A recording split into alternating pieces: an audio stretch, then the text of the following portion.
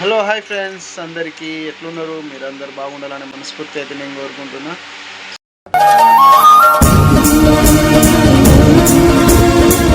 So ఈరోజు video ఏంటంటే,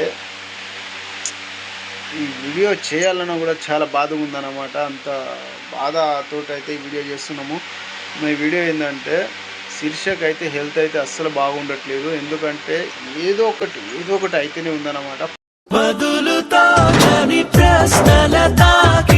పోయిన సంవత్సరం మీ వీడియోలో చూసిర్రు, ఆమెకి హెల్త్ బాగలేక పెద్ద పెద్ద హాస్పిటల్ అయితే తిరిగినాం అనమాట.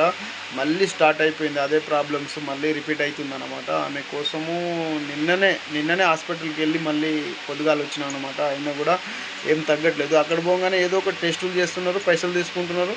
ఏం కాదు, ట్యాబ్లెట్ వాడండి నయం అయిపోద్ది అని చెప్తున్నారు. కానీ మళ్ళీ ఇంటికి వచ్చేసరికి మళ్ళీ ఏదో ఒకటి, మళ్ళీ ఆ ట్యాబ్లెట్ వాడినా కూడా కరెక్ట్ పని చేయట్లేదు. అంత ఏదో ఇక వాడుతూనే ఉందన్నమాట. వాళ్ళు రాస్తూనే ఉన్నారు, మేము తెస్తూనే ఉన్నాం, వాడుతూనే ఉన్నాము. సో ఏం నయం అయితే లేదనమాట. ఏం చేయాలో ఏందో మాకైతే అర్థమైతే లేదు. ఎప్పుడు లేని ప్రాబ్లమ్స్, ఏదో ప్రాబ్లమ్స్ అయితే వస్తున్నాయి అనమాట.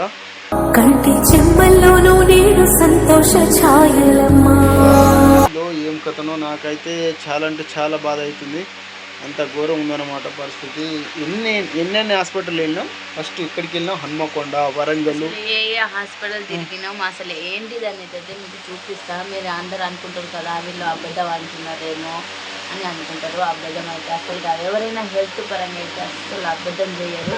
ఇప్పుడు మీతో మాట్లాడాలంటే కూడా నాకు చేత కావట్లేదు, కానీ ఏదో కూర్చొని కొంచెం మాట్లాడాలి అనే పరిస్థితులు అయితే లేచినాయి. ఎందుకంటే నేను వీడియోలు చేస్తాను కాబట్టి నా గురించి కూడా మీకు తెలియాలి కదా, అసలు ఎట్లా అనేది ఏంటిది అనేది మీకు కూడా తెలియాలి కదా. ఇంతకు ముందు మేము హాస్పిటల్లో ఉన్నది కూడా ఆ వీడియోలు కూడా పెట్టినాం.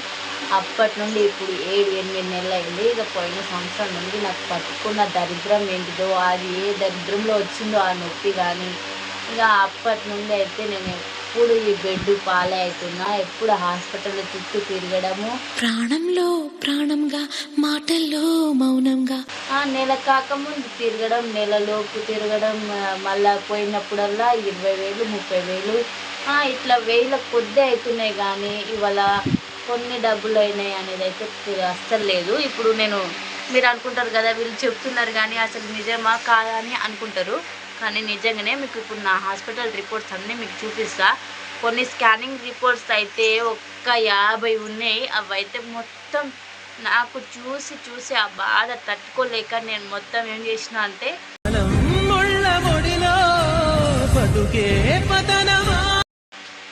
అక్కడ పక్కకైతే అటు పడేసిన.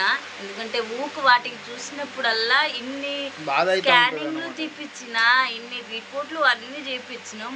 మరి ఇది నొప్పి అనేది ఎక్కడ ఏమీ దొరకట్లేదు కదా, నాకే ఎందుకు ఇట్లా అయ్యింది అనేది ఆలోచన మీదైతే అదైతే పక్కన పడేసిన.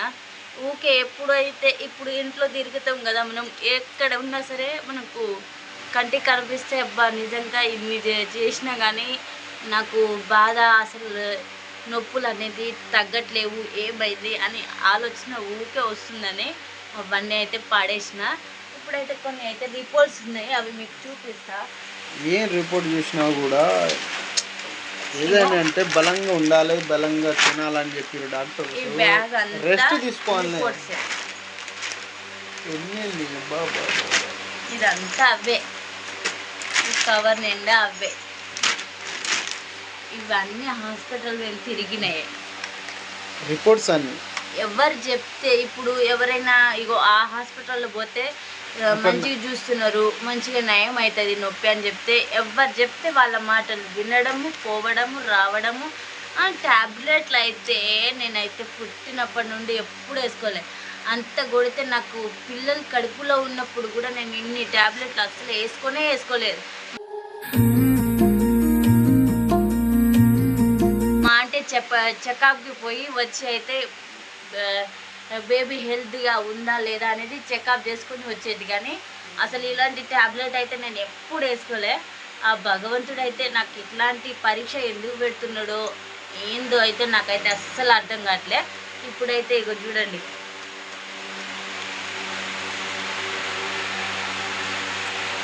ఇవన్నీ హాస్పిటలే, అమ్మ హాస్పిటల్, హెల్త్ హాస్పిటల్, చాలా ఉన్నాయి హాస్పిటల్. అన్ని హాస్పిటల్ తిరిగినా కూడా మాకు ఇవన్నీ అవే, ఏం రిజల్ట్ కనబడతలేదు అంత.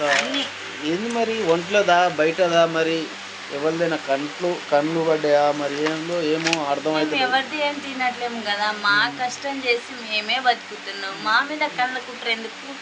మేము మంచినే మాది మేము తినుకుంటా ఉన్నాం. మీ దగ్గర అయితే ఏం అడగడానికి రావట్లేము కదా. కొంతమంది కళ్ళు పడితే మనుషులు కూడా కోలుకోవడం చాలా కష్టం అవుతుంది.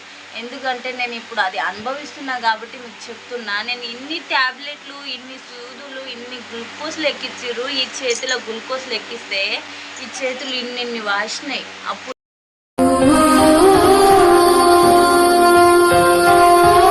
హాస్పిటల్లో ఆ టెన్షన్.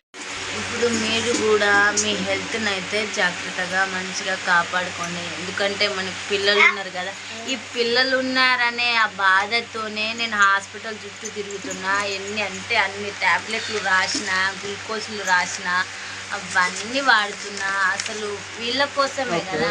వ్యవసాయం చేసిన వాళ్ళు అంటే చాలామంది వ్యవసాయం చేస్తారు కదా, వాళ్ళకైతే ముఖ్య గమనిక అన్నమాట. ఎందుకంటే వ్యవసాయంలో వంగి పని చేయాలన్నమాట.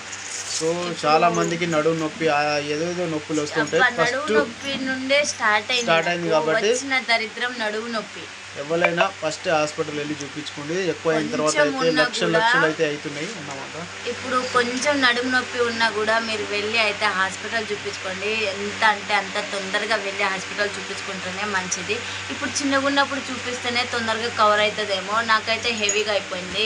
ఆ నడుము నొప్పి అనే కాదు, నడుము నొప్పి సమస్య పక్కకు పోయింది కానీ ఇప్పుడు కడుపులో నొప్పి అయితే స్టార్ట్ అయిపోయింది. అన్ని నొప్పులు ఒకటేసారి వస్తాయి అన్నమాట.